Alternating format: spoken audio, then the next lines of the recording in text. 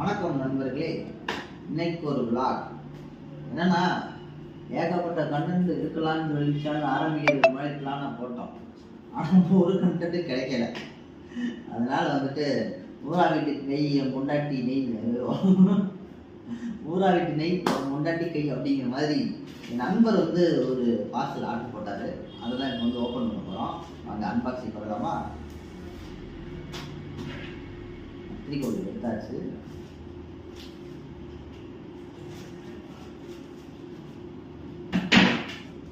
Open பண்ணியாச்சு. அதெல்லாம்